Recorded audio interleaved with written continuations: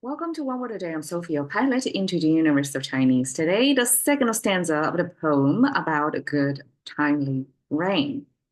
So the rain is still the main character here, even if no rain is mentioned in here, but we know it's a continuation talking about the same thing. 随风潜入夜 talks about the rain following the wind, as if the rain is the outsider. It's an alien from the outer space, right? And following the wind. That's reasonable, good observation. Normally, storms or in showers, the raindrop is going to follow the direction of the rain, the wind. 潜入夜, as if you're diving into the night. This is really poetic because the night is a time. How can you dive into a time?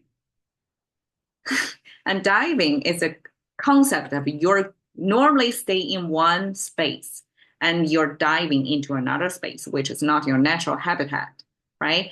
You dive in there, and this is describing the behavior of the rain. Not only it follow the wind, kind of stalker of the wind, but also it's sneaky, dive into our night life. Well, I have to correct there. Ancient times, there's no nightlife as we see today. Okay, entertainment, night life as we know it was almost minimal or non-existent in the past because it was curfewed back then. 润物细无声. Again, the main characters of the rain. So all that secretness of stalking the wind and then diving into the night, the whole purpose of the rain, what it does is 润物, moist up the things. Of course, it's crops, growing things. It's growing things. It's the plant. 细无声, so fine. The raindrops are not knocking on your window type of loud storm thing, but drizzling. It's finely raindrops because it doesn't make a sound. It's how fine that is. And this last line, 润物细无声, is a Chinese way to say how parent can show the values of how to live your life by setting examples without uttering a sound. You just through every fine little things, the details, how you behave and demonstrate how you hold yourself through life to your next generation. And as well as apply to educators. So whoever is showing is, growing and moisturing, cultivating the next generation. The right way to do it, the more powerful, even if it's a silent way to do it, it's by examples.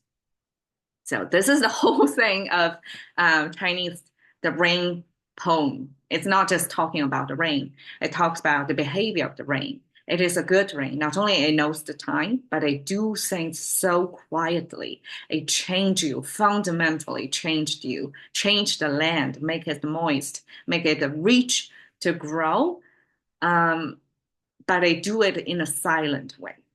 That's what Chinese as a culture appreciate of this type of love, like tender, loving care without big noise out there. It's silent. That's the best way. Okay, lots to unpack. 随风, 随 took me some time to figure out what that is. It looks complicated, right?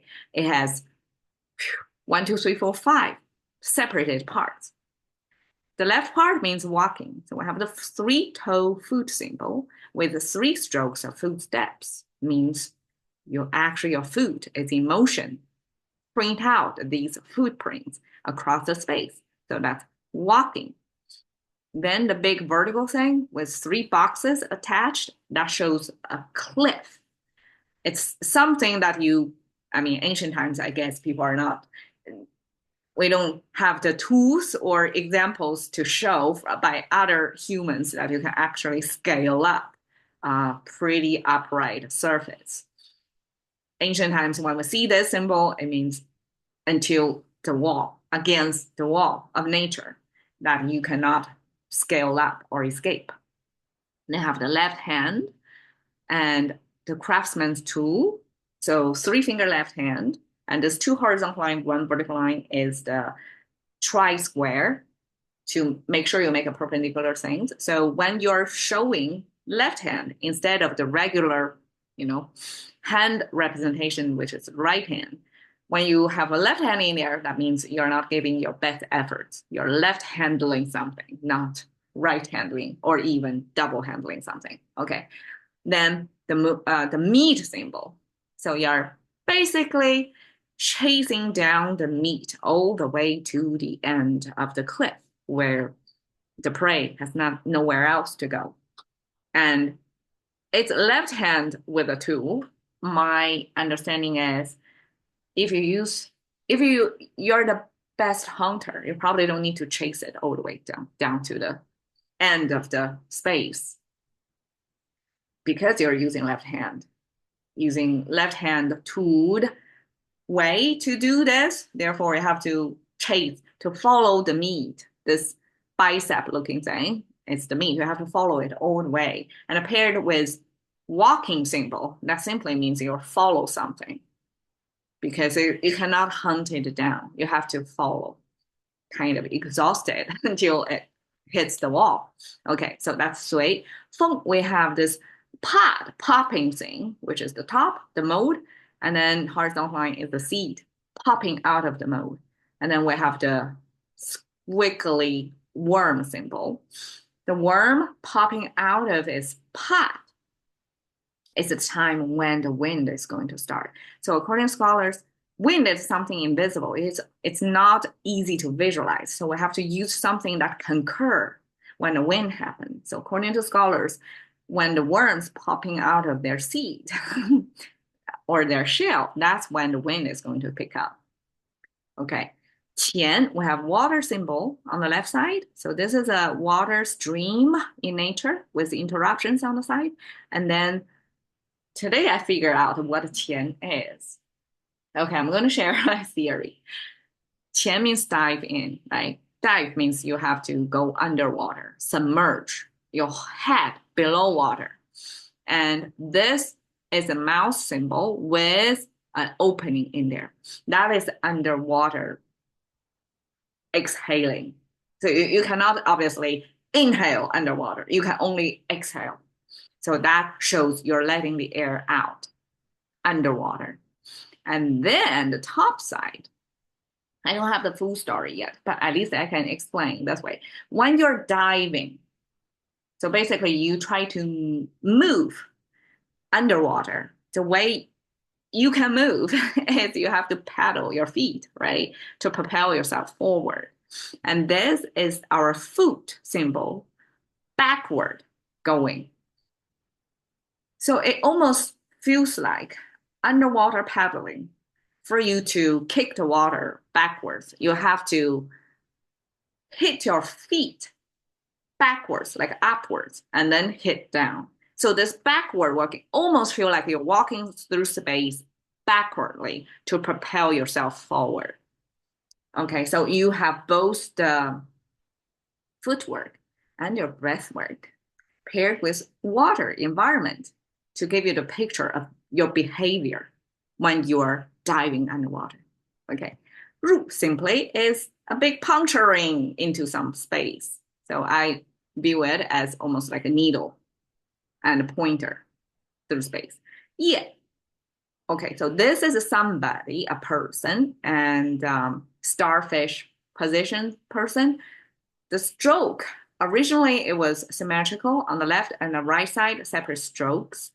That symbolized armpit hair. Interesting, right? Like ancient Chinese noticed that detail of humans, and we have created a character for that.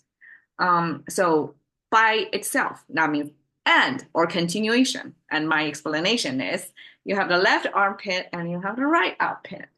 And when you express something to say it completely, you have to say both sides. So that 2 armpits then becomes this connecting logic word and. Okay.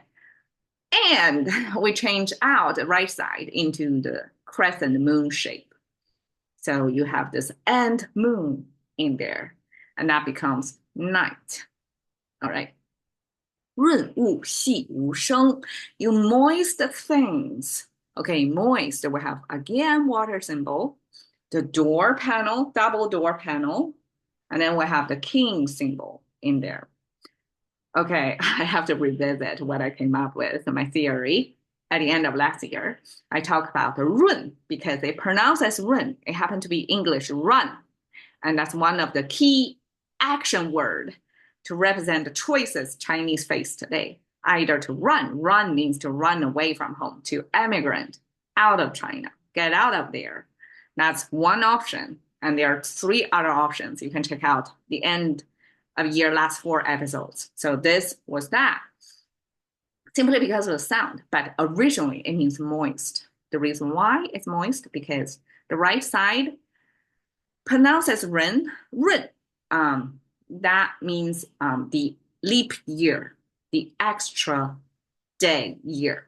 And this extra is formed by having kings behind the doors. And I mean, I have to came out of the story. I still buy it. It means the prince of the crown. There are multiple of them. So a ruler, imagine from, okay, language was created and used mostly by educated men, right? It's an information control system back then, even today as well. And so all this language created, used by them for a lot of times, the purpose not only for the farmers, who is the majority population live in that land, but more also for the ruler of the country who is happen to be sitting on top of the Chinese, right? And this political system thing, think from their point of view. They have their power and it can only have one absolute, the ultimate authority at any one point in time. So this one man passed down the power to another man. So supposedly inherit the son, inherit, right? But to guarantee the ancient ruler to have a son, he has to make multiple sons in case, because ancient fidelity, the rate of babies are way higher than today, right? So multiple produced sons, even if, well taken care in the palace, still is no guarantee. The sonhood can grow into adulthood, right? So there's multiple princes of crown behind the door becomes this extra. It's 储君. It's like king in storage. Extra kings. And this extra kings becomes the extra, to mean extra year, leap year, which is extra 1 day year. And then extra paired with water means extra water. And when we have extra water, it's going to sink in. That's the logic. That's when the water is going to do its water work, which is sinking below ground and keeps things moist underground. And this things made of cow and the flag, I call it animate and inanimate, 2 types of things in the world. And in this case, even if we call it the things, it's kind of a generic, right? You can apply either animate living organism, or did I say organism?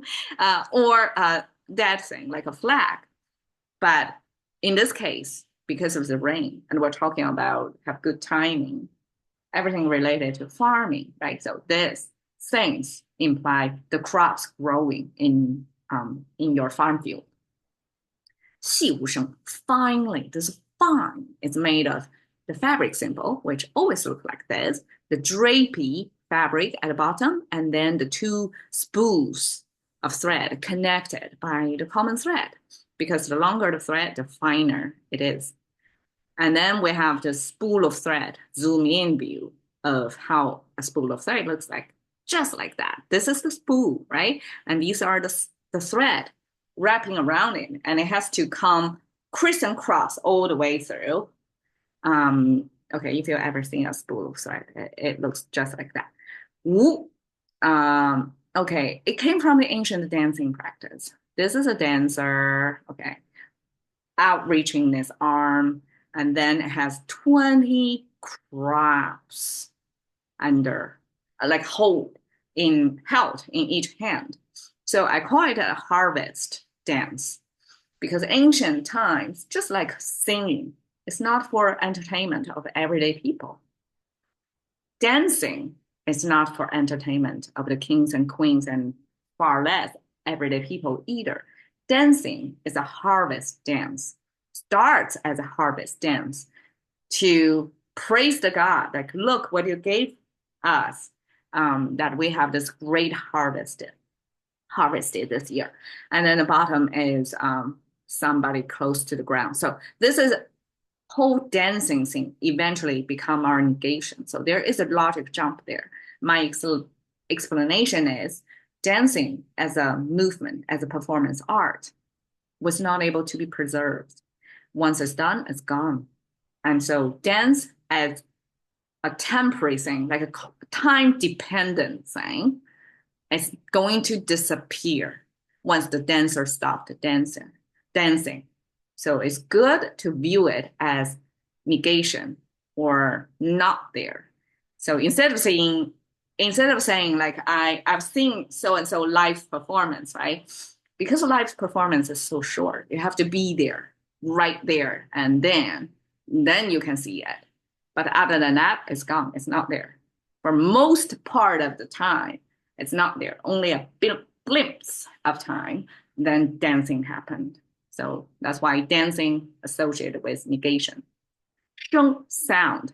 Nice, isn't it? We have dance and sound making. The sound is an ancient instrument which looks kind of like this. So you can view this kind of carved out structure here as drum sets or bells and honey on a stick, right? So it's airborne. There's no, so nothing interfere with the vibration. It's airborne. Then the sound chamber of a bell or drum can just pass out the sound, right? And then the top is a plant growing on top of the ground. That means upright.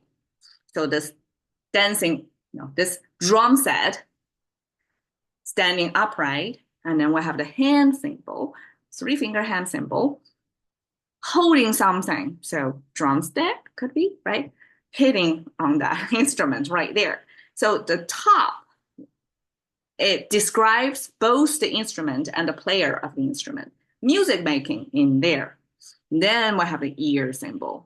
So this is Chinese, this shape with one horizontal line. I think this horizontal line symbolize this is not just the shape, but there is something, your nervous system, in there to enable for you to hear something. Because I'm pretty sure ancient times too, there are people who came out deaf.